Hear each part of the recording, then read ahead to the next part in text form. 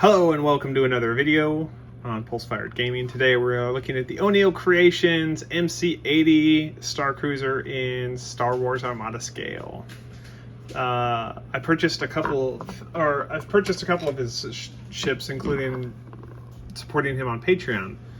But when I got the MC80, I was kind of disappointed. The way that he's got it set up, where it makes it perfect for him on shapeways, but it doesn't really come out all that well when printing on your own. I mean, all the little bits and bobs come out, but the seam isn't all that great. And printing it face up or cut side up instead of cut side down doesn't really improve it all that much.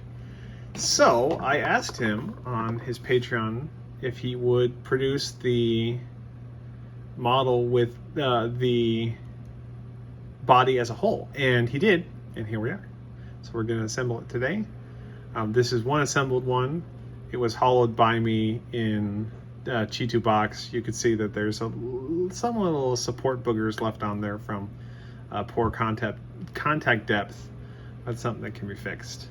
But assembly is pretty easy. Here we have a bare ship that needs its engines put on and its little doodads. So we're going to do the doodads last. We'll do the engines first. And there we go. So if you follow the instructions, there are 2 long rods that you use for engines, and there are 3 short ones. So let's get that on. First things first, we're going to take our little glue stick and apply a little bit of glue on our Star Wars Armada key so that we can attach it to Armada style stands. There we go. Alrighty, and we're going to take the 2 long engines. I dropped these outside so while they were curing, so some of them got a little like leaf garbage on it, but it's okay.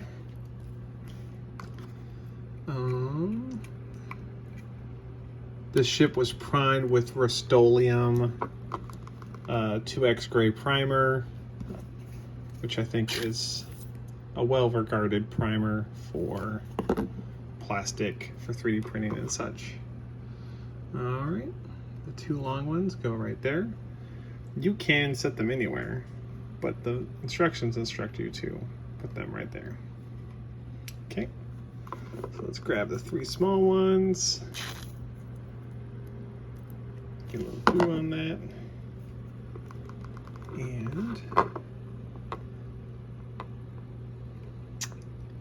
stick that guy on there. Make sure he's straight while he's setting. Then 2 other side ones. Like that.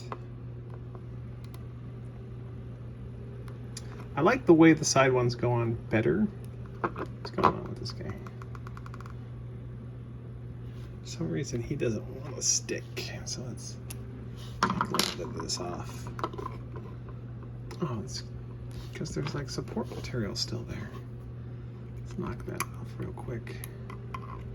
Get that out of there. Okay, and then just push him back down on his peg. Oh, and there you go. With the correct amount of force, it actually slides on exactly the way it's supposed to. Okay. There we go. A little bit of goop on there. And bam. And there is your beautiful engine cluster. Onil Creations did a real good job on this. All right, so you have 3 little sensor bulbs or command bulbs or whatever. They go in 3 slots. This slot isn't the easiest to see, but it's right there. Oh, too much glue, that's okay. I'm gonna put on this one the medium-sized guy down here, and it just slides in. And we'll let that sit for a second so it takes. Okay. And we're going to flip it over, and we're going to grab one of my RFX design stands that I use for full thrust.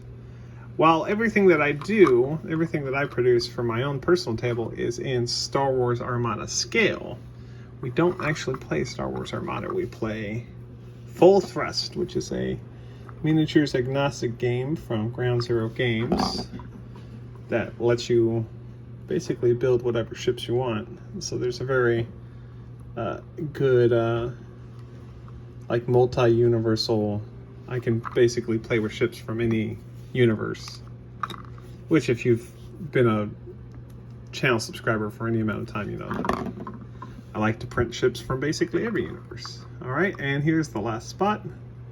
Here we go, goes in. We'll let that sit. And then I'll go back with some brush primer and get this guy done. Alrighty. Thanks for watching. Have a good day.